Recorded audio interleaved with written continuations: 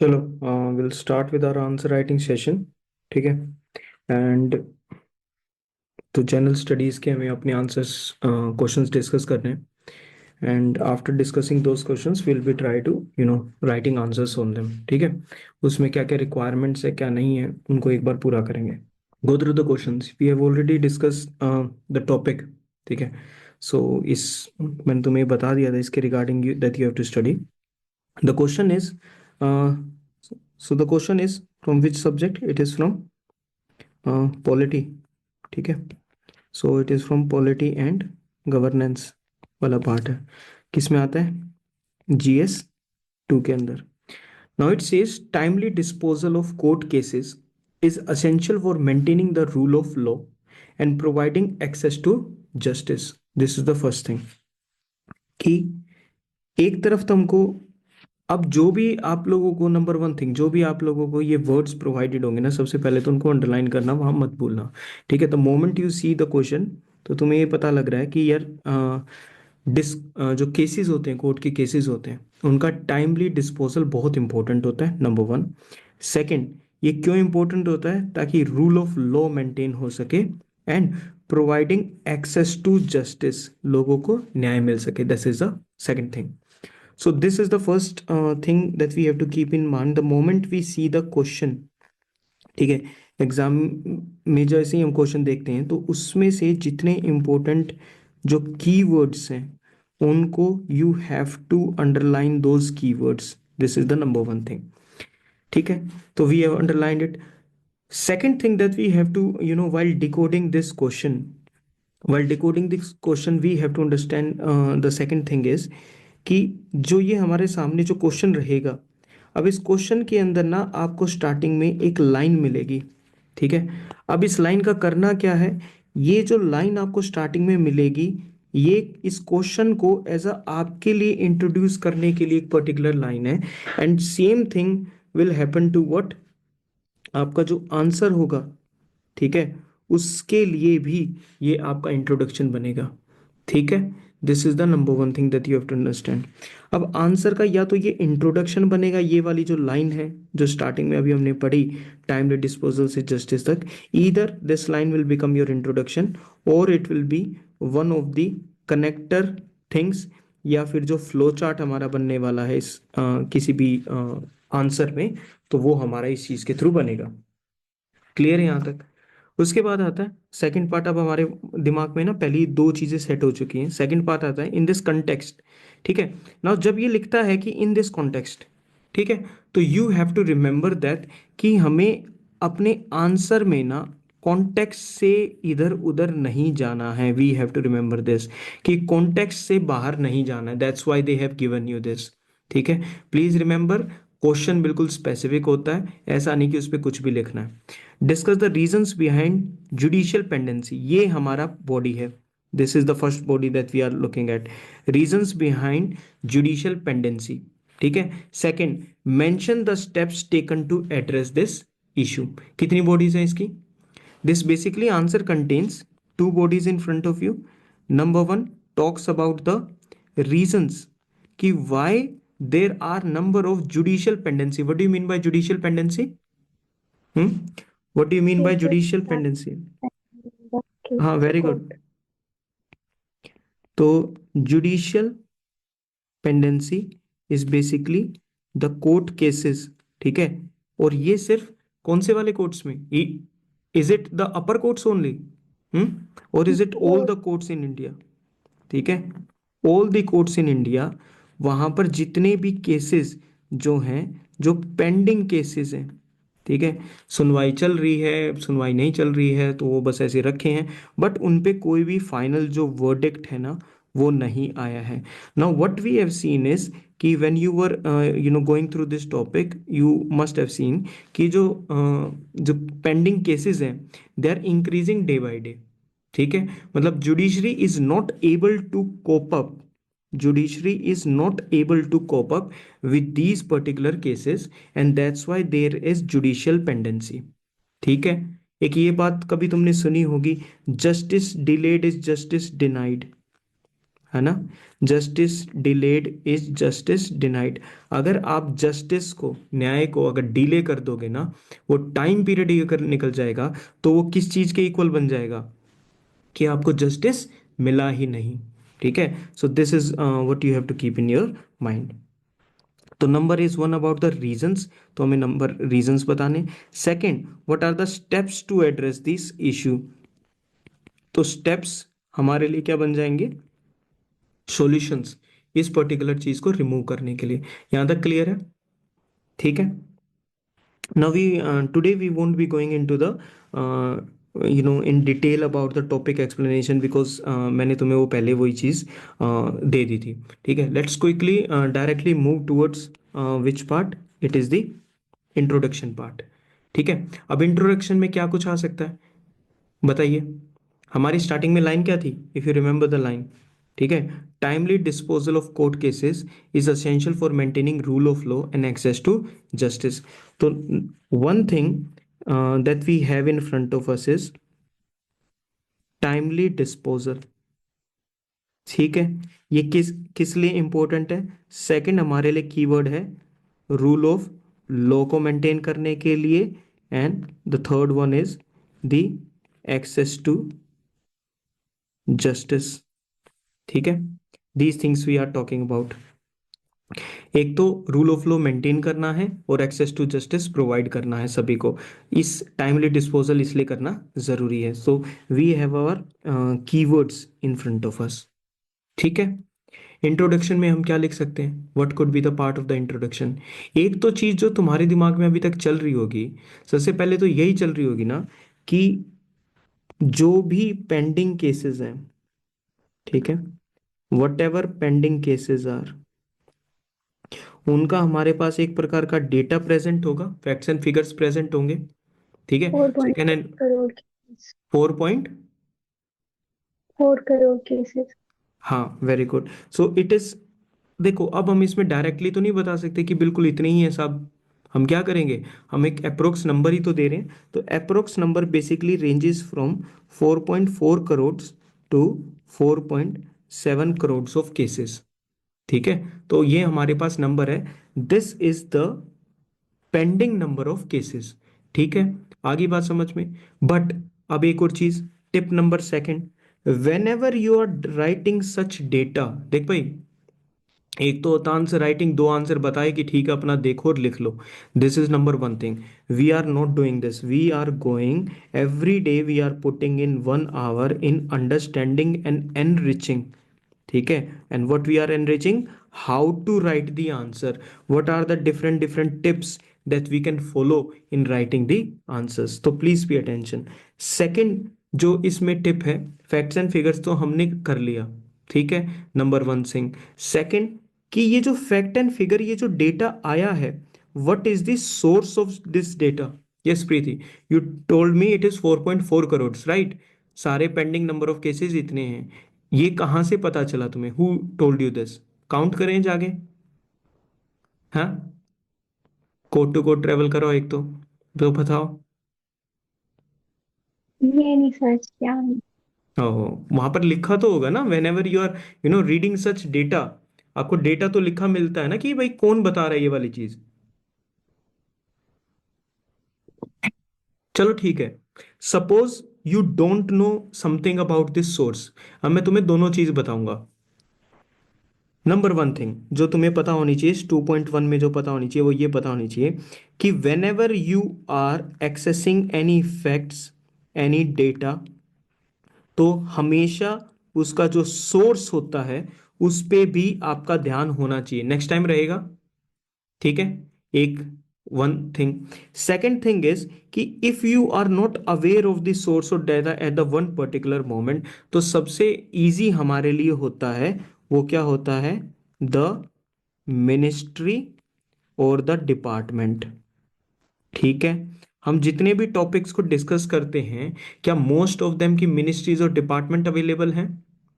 ठीक है, अगर मान लीजिए किसी पर्टिकुलर चीज की, अगर मैं इंटरनेशनल लेवल पर बात करूं, if I am talking at the international level, और अगर हमारे पास मिनिस्ट्री या डिपार्टमेंट तो होंगे नहीं, क्योंकि ये तो कंट्री में अवेलेबल है। This is regarding when we are talking about just India. ठीक है, अगर इंटरनेशनल लेवल पे अगर हम बात कर रहे हैं तो what we will do, we will write the name of any organization और a particular report. This thing, ये हम प्रिलिम्स के लिए इसको याद करते हैं। तो सिर्फ याद करने से वो बात नहीं बनेगी, you can also utilise this data of report and organisation for the prelims. ठीक है राहुल, रितिका, क्लियर चल रही है भाई चीजें? एक बार हल्का सा थम्स अप Yes, करके इस sir. चीज को बता, हाँ गुड। ठीक है, तो इंटरनेशनल लेवल पे जब हम बात करेंगे, we can write organisation, we can write the names of the reports. ठीक है, जिस भी टॉपिक पे हम बात करेंगे उसके अकॉर्डिंग ये हो सकता है। ठीक है, अब मान लो हमको ये नहीं पता था, but still I tell you कि that this data is mostly given by the department of law. तो हम ये लिख सकते हैं कि that according to what, according to the department of law, या जैसे मिनिस्ट्री ऑफ लॉ हो जाएगी, डिपार्टमेंट कौन सा हो जाएगा, डिपार्टमेंट ऑफ जस्टिस होगा, according to the department of justice. ठीक है, there are 4.4 to 4.7 crore pending cases in all the courts in our country. This is the number one thing. ठीक है, अब ये तो क्या आ गया, टोटल नंबर ऑफ केसेस। क्या हम एक ही स्टेटमेंट में इसको बताना चाहेंगे, या फिर हम इन टोटल नंबर ऑफ केसेस को सेग्रीगेट भी कर सकते हैं? We have the upper level courts, yes, upper we have the upper level courts and we have the subordinate courts, yes।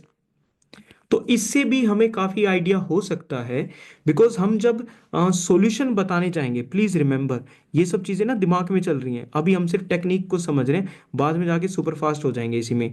जब हम अपर लेवल की बात कर रहे हैं तो अपर लेवल के हम अलग सॉल्यूशन देंगे, सबऑर्डिनेट कोर्ट्स के हम अलग सॉल्यूशन देंगे। ठीक है, क्या हम अपर लेवल पे ये बोल सकते हैं कि सुप्रीम कोर्ट और बढ़ा दो, दो तीन और सुप्रीम कोर्ट लेकर आ जाओ? But can we say it for the lower courts, yes और नो? हम इसके अपर कोर्ट्स के ऑफ कोर्स हम बेंचेस क्रिएट कर सकते हैं, same goes with the subordinate courts as well. ठीक है, तो अगर हम इसमें बात करें, वी हैव समवेयर ऑफ 87.4%। ठीक है, वी हैव 87.4% केसेस। इस टोटल का 87.4% जो केसेस हैं, they are present in what, they are present in the subordinate courts. Out of it, ठीक है, अब जो बचा हुआ जो पार्ट है, we have somewhere around 12.4% of cases जो हमारे पास होते हैं, दे आर प्रेजेंट इन किसमें, हाई कोर्ट्स वगैरह इन सब में प्रेजेंट है। ठीक है, और कुछ तो ऐसे केसेस हैं जिनका जो ड्यूरेशन है, यानी जो डिले है ना, वो डिले 30 ईयर्स प्लस हो चुका है। डिले कैसा हो चुका है, 30 ईयर्स प्लस। ऐसे कितने केसेस हैं, there are somewhere between 1.82 lakh cases.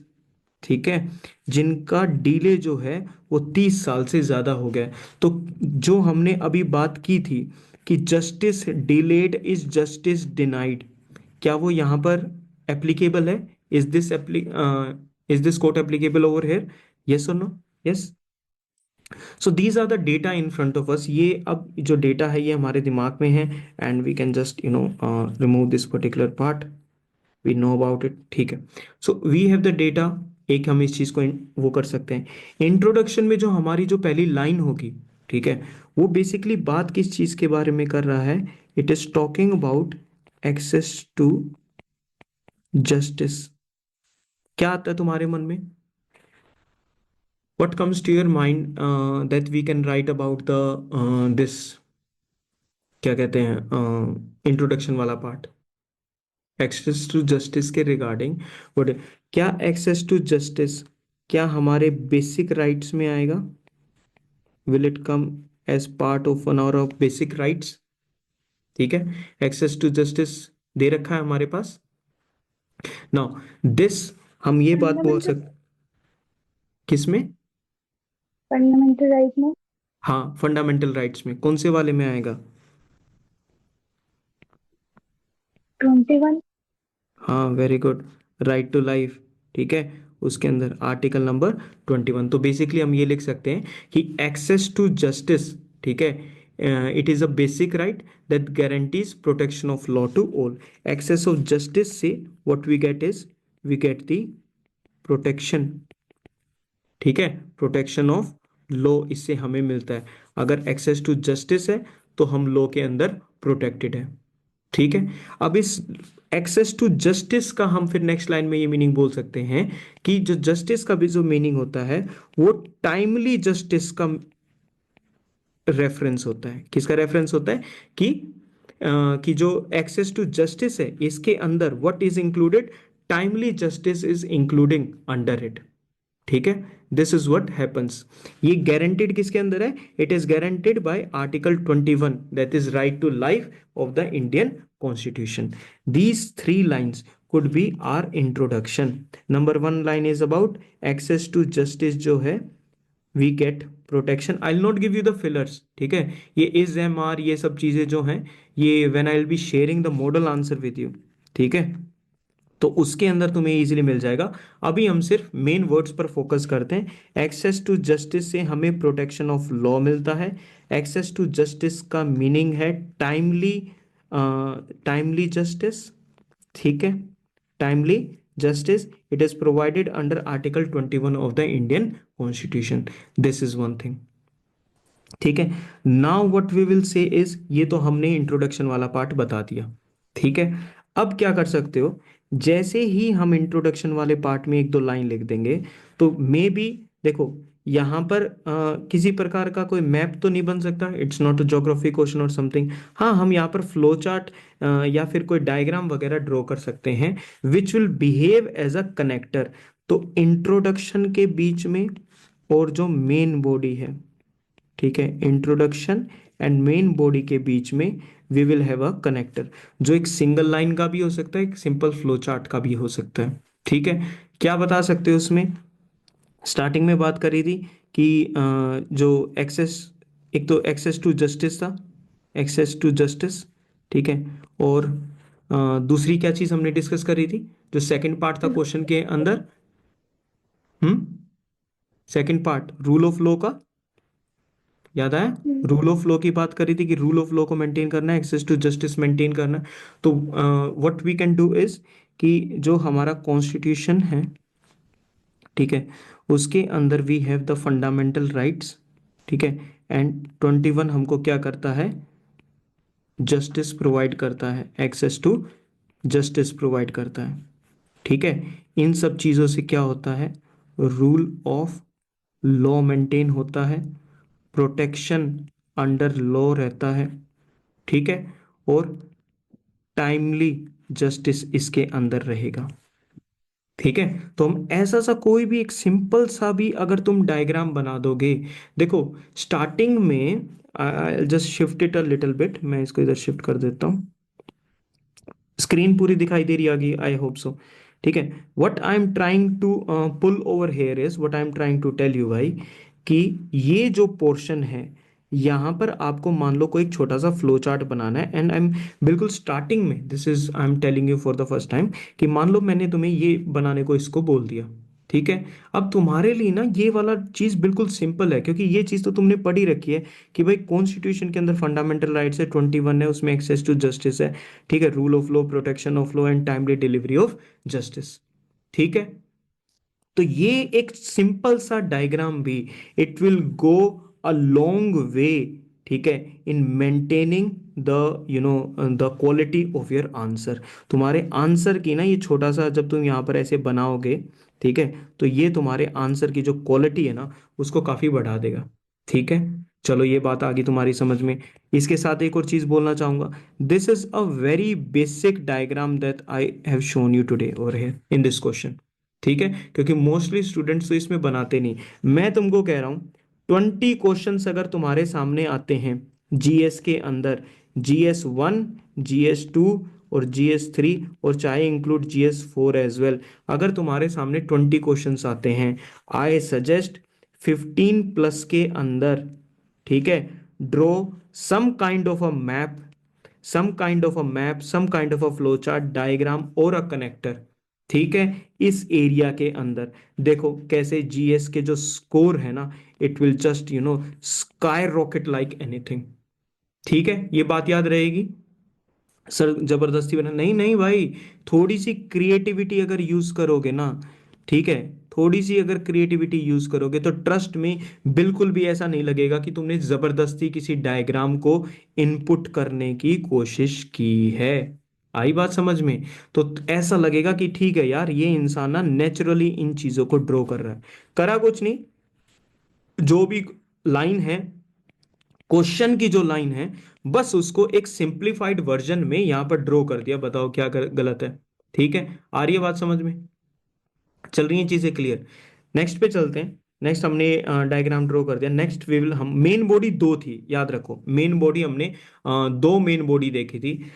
जो उसमें से एक बॉडी थी that was regarding the reasons, है ना, कि रीजंस पूछ रहा था, रीजंस फॉर व्हाट, जुडिशियल, ठीक है, जो जुडिशियल पेंडेंसी के जो केसेस थे उनके बारे में पूछ रहा था।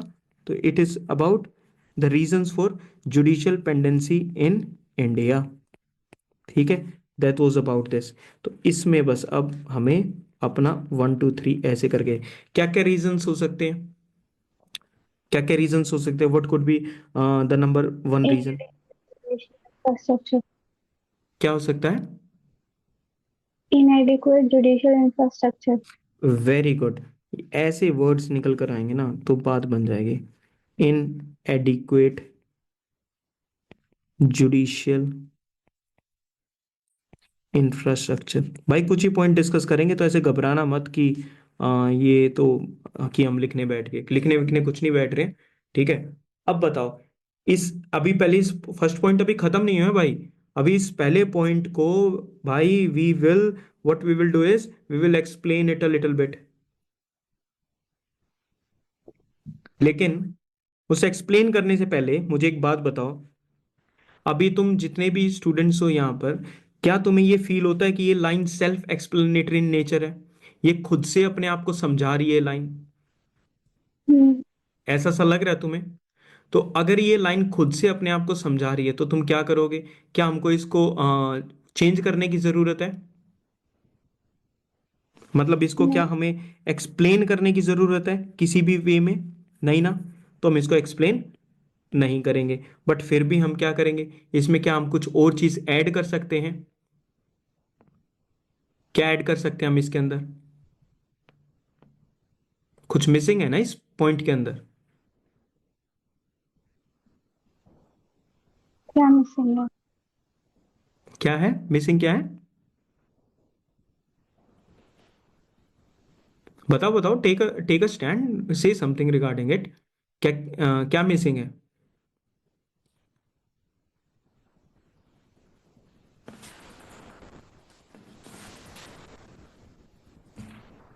जो ये जिस चीज के इनएडिक्वेट जुडिशियल इंफ्रास्ट्रक्चर के बारे में तुमने बात करी है, क्या तुम ये भी बता सकते हो कि जुडिशियल इंफ्रास्ट्रक्चर है क्या basically?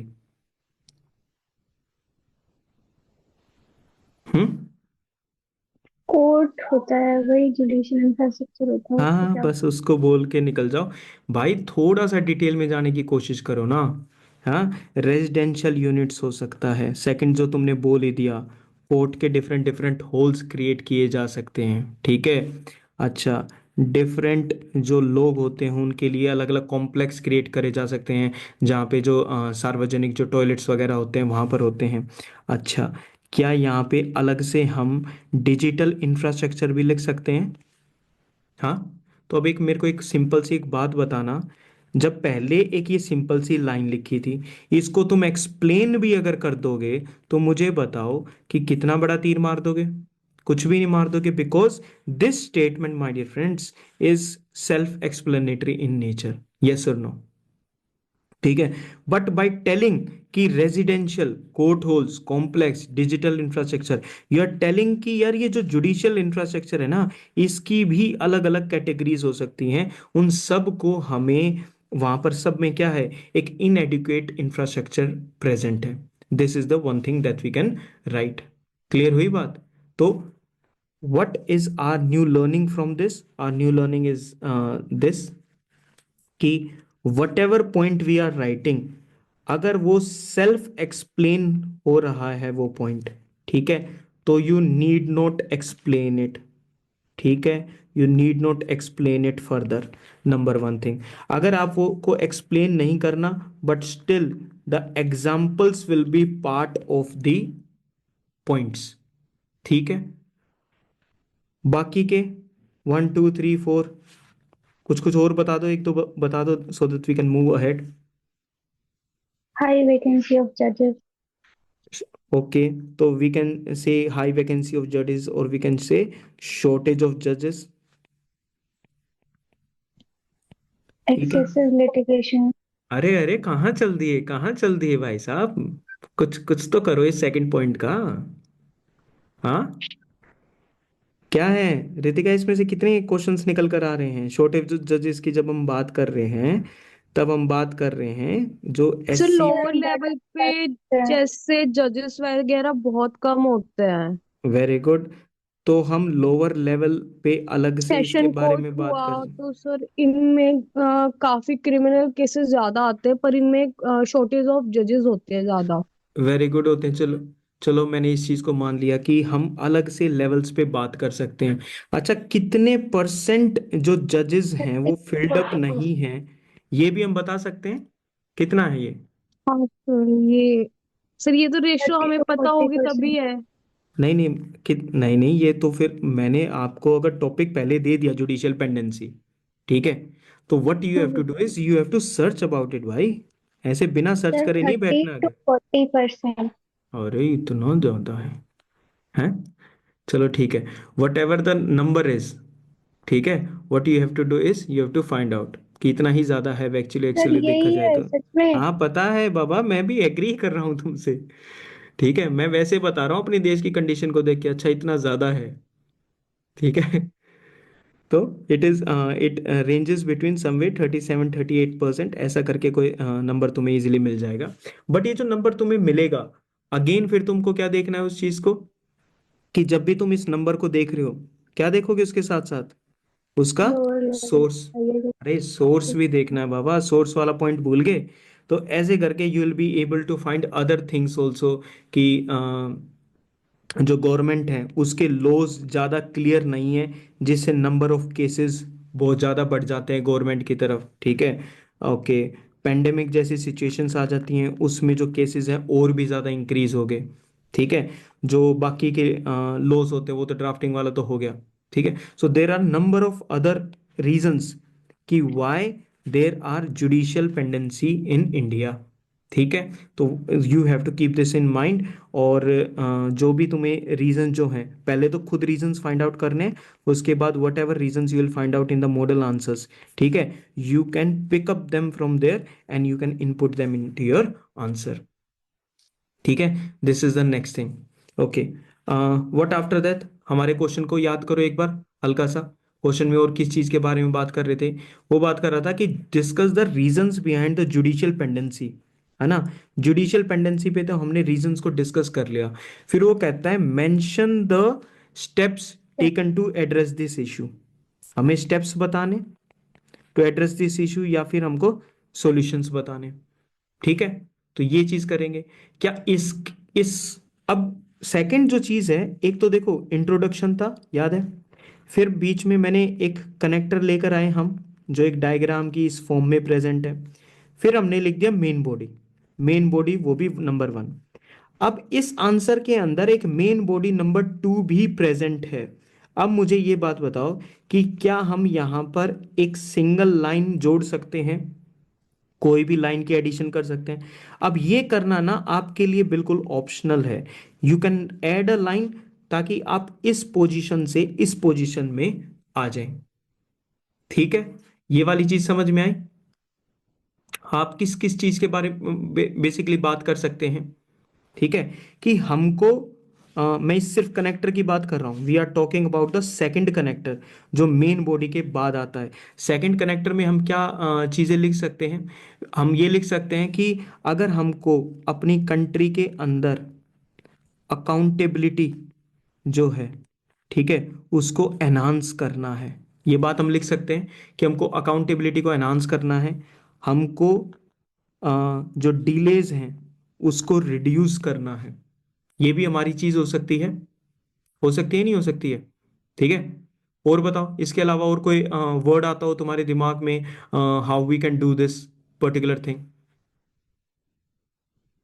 Yes, effectiveness and efficiency of ठीक है, कि हमारे जुडिशरी की हम एफिशिएंसी हमको इंक्रीज करनी है।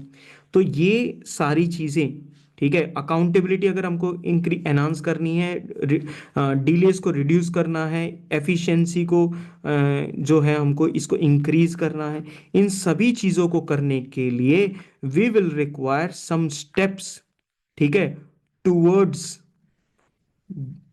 Towards this issue, full stop, they are. उसके बाद जाके फिर हमारी जो मेन बॉडी 02 है, हम क्वेश्चन के मेन बॉडी को वो करना शुरू करेंगे। ये हमारे लिए अगेन क्या बन जाएगा? It will again become a connector for us. बात हुई क्लियर अगेन? ठीक है, what is the connector number 2 doing? वो मेन बॉडी 1 को मेन बॉडी 2 से कनेक्ट करने का काम करता है कि भाई ये सारी तो हमारे रीजंस हैं, अगर हमको ये करना है, ये करना है और ये करना है, तो इसको करने के लिए हमें क्या स्टेप्स लेने पड़ेंगे, वो हमारा आ जाएगा किसके अंदर? Main body of the answer number 2 के अंदर। ठीक है, आंसर नंबर 2 के अंदर आ जाएगा। क्या क्या लिख सकते हैं? What could be the steps? अब बेसिकली तो अगर जैसे किसी भी क्वेश्चन में ना पता चले, जो भी रीजंस होते हैं आप उन्हीं को बेसिकली सबसे पहले तो अपोजिट कर दो, उल्टा कर करके लिख दो, and you will get your, opposite करके जैसे लिखोगे तो क्या बन जाएंगे? स्टेप्स लिख बन जाएंगे। ठीक है, नंबर 1 थिंग कि मान लो रीजन ये था कि बहुत नंबर ऑफ केसेस इसलिए हैं क्योंकि ज्यादातर केसेस में गवर्नमेंट, ठीक है, इन्वॉल्व है, और क्योंकि उसके जो लॉज हैं जो जिस पे गवर्नमेंट फॉलो करती है वो थोड़े से वेग हैं, ठीक है, वो ज्यादा क्लियर नहीं है। स्टेप्स में आप क्या लिख सकते हो? What you can write in steps is कि जितने भी हम लॉज जो बनाएंगे या जो जो हम ड्राफ्ट प्रिपेयर करते हैं, अगर सभी जो वो हैं, पीपल हैं जो उस चीज से जुड़े हुए हैं, अगर उन सबकी सलाह लेकर अगर हम उस लॉ को एक डिटेल्ड मैनर में, ठीक है, अगर उसको बनाएं, तो हमारे गवर्नमेंट के अगेंस्ट या गवर्नमेंट किसी के अगेंस्ट कम से कम केसेस करेगा। इससे एक चीज हो सकती है। ठीक है, दूसरा दूसरा हम डिजिटल इंफ्रास्ट्रक्चर का यूज कर सकते हैं। ठीक है, that could be the second thing. मतलब हम डिजिटल का जब हम बात कर रहे हैं, वी आर सेइंग कि हम वी कैन यूटिलाइज टेक्नोलॉजी, ठीक है, इन सॉल्विंग द थिंग्स। फिर उसके बाद हमारे पास अलग अलग मिशंस हो सकते हैं। कोई भी एक मिशन बताओ जो इस पर्टिकुलर चीज के लिए लगा हुआ हो, डिस्पोजल ऑफ केसेस के लिए। national mission for justice delivery and legal reform. Very good, national mission, ठीक है, फॉर किसके लिए? Justice delivery and legal reforms. ठीक है, अगर जैसे बाकियों को नहीं पता हो, it is a very old mission which is going on, and ये समवेयर अराउंड 2011 के आसपास ये आया था, ये वाला मिशन। और तब से हम इसको पॉइंट में इंक्लूड कर रहे हैं कि भाई इसके जितने भी ऑब्जेक्टिव्स हैं, जो भी ये करना चाह रहा है, ठीक है, ICT information and communication technology को यूटिलाइज करना चाह रहा है, तो ये सारी चीज़ें ये करता है। ठीक है, इससे क्या होता है, जो हमारे जो केसेस हैं वो रिड्यूस होते हैं। ठीक है, और क्या स्टेप्स हो सकते हैं? क्या हम फास्ट ट्रैक कोर्ट्स लेकर आ सकते हैं? क्या हम Yes, sir. Fast track courts या स्पेशल टाइप्स ऑफ कोर्ट्स लेकर आ सकते हैं जिनका काम ही होता है Swift delivery of justice? Swift Example, लोक अदालत. लोक अदालत एग्जाम्पल हो सकता है। वेरी गुड, एग्जाम्पल वाले पार्ट को तुमने जितना याद रखोगे ना, मैं ट्रस्ट में आई एम टेलिंग कि अगर 10 मार्कर है, 15 मार्कर है, तो उसमें से you will be somewhere standing around, दो ज़्यादा वाला जो मार्क्स होंगे ना उसके पास तुम स्टैंड करोगे। बस ये एक पॉइंट याद रखना, अगर एग्जाम्पल है तो तुम्हारे पॉइंट की वैलिडिटी हद से ज़्यादा इंक्रीज हो जाती है, because example show that you are implementing the knowledge, ठीक है, which you are gaining. Clear हुआ भाई ये बात? ठीक है, उसके अलावा हम क्या कर सकते हैं? You must have heard about the alternate dispute redressal, है ना, अल्टरनेट डिस्प्यूट रिड्रेसल जो मैकेनिज्म होता है, ठीक है, ठीक है, एडीआर, तो हम इसका यूटिलाइज कर सकते हैं। ठीक है, तो ये अमेंडमेंट्स वगैरह के थ्रू इंडिया में इंट्रोड्यूस हुआ है।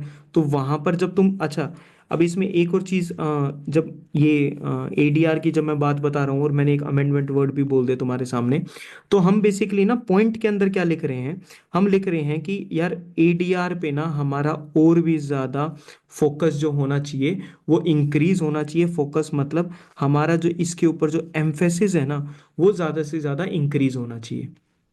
ठीक है, फिर इसके अंदर अगर हमको और कोई डिटेल देनी है, we can just put an arrow mark like this, and if we have to say something और ऐड समथिंग टू इट, ठीक है, तो हम इसके अंदर उस चीज को कर सकते हैं। ठीक है, मान लो आर्बिट्रेशन एंड काउंसलिंग जो अमेंडमेंट एक्ट आया था 2015, यू मे और may not be knowing about it. ठीक है, वो जब चीज़ें पता चलेंगी, जब तुम किसी टॉपिक के बारे में, जैसे मैंने बोला था जुडिशियल पेंडेंसी के बारे में, that you have to study. ठीक है, तो ये चीज़ें जब बेटर होंगी जब तुम इनके बारे में स्टडी कर रहे हो। ठीक है, भले ही आज वाले सेशन में we are putting our all our efforts into one question, but ये वन क्वेश्चन इसलिए हम इसके अंदर इतने एफर्ट्स पुट कर रहे हैं कि whatever things we are writing, जो साइड में मैं तुम्हें बता रहा हूँ कि अगर तुम्हें मान लो कोई अमेंडमेंट एक्ट है तो ऐसे मेंशन करना है, एग्जाम्पल के बिना तुम्हें वो चीज़ ड्रॉप डाउन नहीं करनी। अगर तुम्हारे पास स्टेप्स, पहली बात तो तुम देखो, इफ यू आर स्टडिंग तो आप स्टेप्स को भी स्टडी करोगे, उनको लिखोगे, रिवाइज करोगे। पर बाई चांस मान लो कोई ऐसा क्वेश्चन आ जाता है जहां पे स्टेप्स मिस हो जाते हैं, तो राइट रीजंस के बिल्कुल अपोजिट चीजें लिख दो, they will become your steps. ठीक है, अलग अलग जो स्टेट्स होते हैं, उन स्टेट्स के अंदर क्या डेटा है, क्या फैक्ट चल रहा है, या किसी स्टेट का तुम्हें एग्जाम्पल लेना है, तो वो चीजें भी तुम इसमें ऐड कर सकते हो। ठीक है, and this is how you will write all the steps जो इन्वॉल्व हैं, जिससे हम अपने ये जो जुडिशियल पेंडेंसी है इसको हम ज्यादा से ज्यादा बेटर बना सकते हैं। क्लियर हुई बात? ठीक है, अब हम आ जाते हैं अपने लास्ट वाले पे। अब ये वाला ना पॉइंट जो है, see we have written the introduction, very good, we have writ connected, पहला कनेक्टर हो गया, मेन बॉडी वन हो गया, फिर हम एक कनेक्टर लेकर आ गए थे एक सिंगल लाइन का, फिर मेन बॉडी टू आ गया था। मोस्टली इस मेन बॉडी टू के बाद कनेक्टर की जरूरत नहीं होती है। ठीक है, बट कई केसेस में क्या होता है, जो 10 मार्कर क्वेश्चंस होते हैं ना, उसमें सिर्फ कुछ स्पेसिफिक चीजें पूछी जाती हैं, जैसे कि इंट्रोडक्शन लिखना है, ये आएगा, और मेन बॉडी वन आएगा, सिर्फ इतना ही उसके अंदर अवेलेबल होता है। और इस मेन बॉडी वन के बाद डायरेक्टली जो चीज आएगी वो आएगी कंक्लूजन। ठीक है, बट समटाइम्स ये क्वेश्चन तो आंसर जो है थोड़ा सा अधूरा सा लगता है, it seems a little bit not complete. तो उस पॉइंट ऑफ टाइम पे हम यहाँ पर इस कंक्लूजन से जस्ट पहले हम इस चीज का यूटिलाइज कर सकते हैं। ठीक है, हम उस टॉपिक के बारे में कोई भी डिफरेंट इंफॉर्मेशन बता सकते हैं। सपोज यहां पर तुमसे पूछा गया है रिगार्डिंग दी, यहां से मेन बॉडी में पूछा गया है रिगार्डिंग दी प्रॉब्लम्स, यहां पर अब बेशक से तुम्हारा मन करे कि यार सॉल्यूशन तो क्वेश्चन ने नहीं पूछ रखा ना, बट हमें क्वेश्चन से ही टिका हुआ रहना है। सॉल्यूशंस को तुम्हें इस प्रकार से पुट फॉरवर्ड करना है कि वो ऐसा ना लगे कि तुम एक्स्ट्रा इंफॉर्मेशन देने लग रहे हो।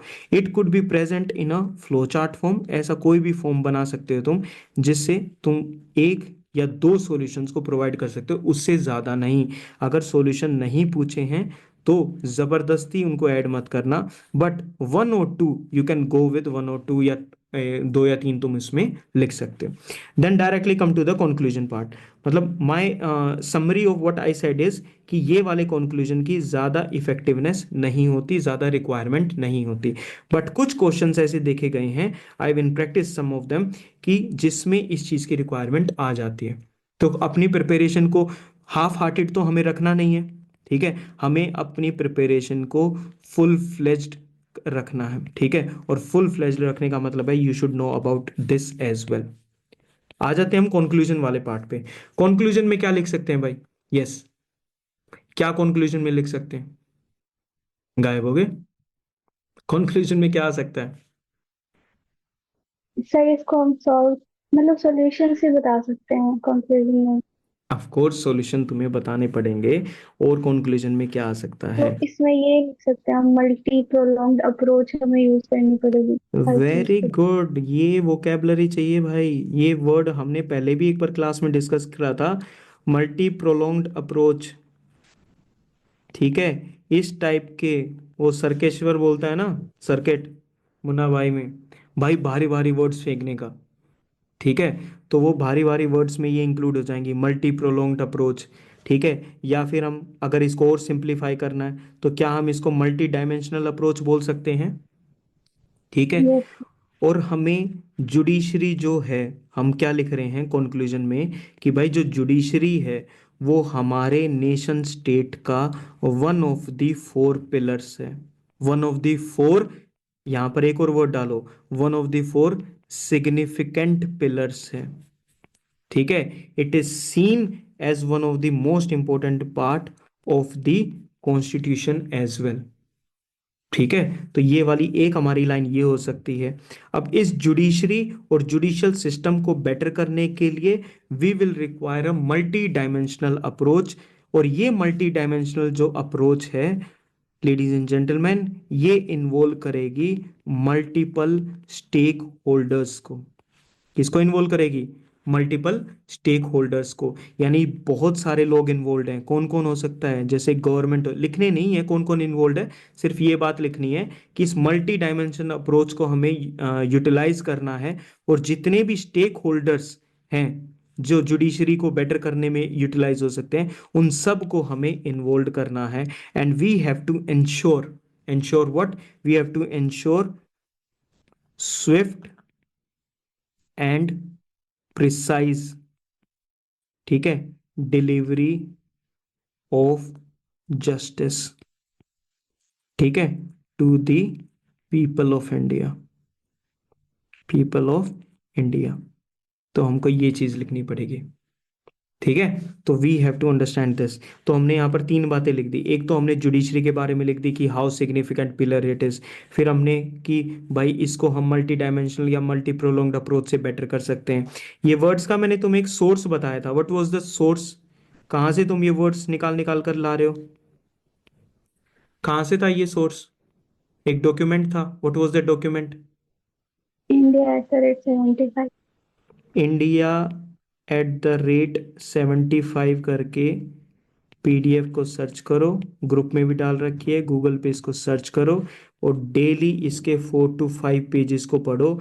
वहां पर तुम्हें ऐसे ऐसे जीएस के इतने मैजिकल वर्ड्स मिलेंगे। देखो तुम्हारी आंसर राइटिंग कैसे नेक्स्ट लेवल पर पहुंच जाती है। ठीक है, एक ये पॉइंट आएगा, एक ये पॉइंट आएगा, और थर्ड वाला ये पॉइंट आएगा कि why we want to actually do it. Conclusion में हमेशा याद रखना, we have to write a kind of vision. एक फ्यूचर को हमें दिखाना होता है इन द पॉजिटिव सेंस। ठीक है, नेगेटिव में तो आप बहुत दुनिया करती है। We have to show it in the positive, future को in the positive sense, that things can improve, things can get better, and we are working towards it. Getting my point? So this was the answer we have discussed. Go through it multiple points, multiple times, and जितने भी points हमने फिर discuss करे हैं, जो मैंने तुम्हें addition के लिए बोला है या जिस डॉक्यूमेंट को मैंने रेफर करने के लिए बोला है। ठीक है, देखो अगर तुम ये डॉक्यूमेंट रेफर नहीं करोगे, India@75 वाला डॉक्यूमेंट अगर पीडीएफ रेफर नहीं करोगे, ठीक है, ये नीति आयोग की पीडीएफ है, मतलब गवर्नमेंट की पीडीएफ है। अब इसके जो वर्ड्स हैं, इसकी जो वोकेबलरी है, that is what the government is using यार, है ना। तो उस चीज को यूटिलाइज करो, पैराग्राफ पढ़ोगे, आसानी से तुम्हें वो वर्ड्स निकल कर आ जाएंगे, and then you will be able to write some beautiful answers. ना तो फ्लावरी लैंग्वेज लगेगी, कभी तुम सोचो कि नहीं ये तो फ्लावरी लैंग्वेज है, नहीं। जो लोग चेक कर रहे हैं, the professors, the teachers who are checking, उनके लिए ये इस टाइप के डॉक्यूमेंट्स की लैंग्वेज फ्लावरी नहीं होती, वो सिंपल में ही काउंट होगी।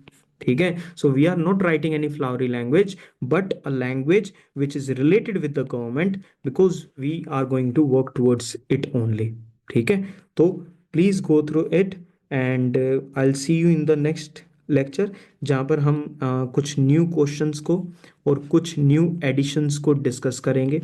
एक चीज़ आपको जो याद रखनी है इस आंसर राइटिंग के सेशन में, ठीक है, तुम्हें जितनी भी टिप्स ट्रिक्स हो सकती हैं जो तुम्हें यूटिलाइज करनी है, जितने भी पॉइंटर्स हो सकते हैं, डूज एंड डोंट्स हो सकते हैं, इनको हम हाईली डिटेल्ड मैनर में क्या कर रहे हैं, डिस्कस कर रहे हैं। उसके अलावा जितने भी मैं तुम्हें टॉपिक दे रहा हूँ साइड बाय साइड, उनको क्लास से पहले एक बार उन पे सर्च करा करो, अच्छे से रिसर्च करा करो, so that you can come up with new points and just after the class ends try to write one good answer based on whatever you have gone through the class. Is it okay? चलें फिर अब, अगर ये समझ में आ गया हो तो let's call it off and let's start working on the answer writing actual part. ठीक है, I'll see you in the next lecture.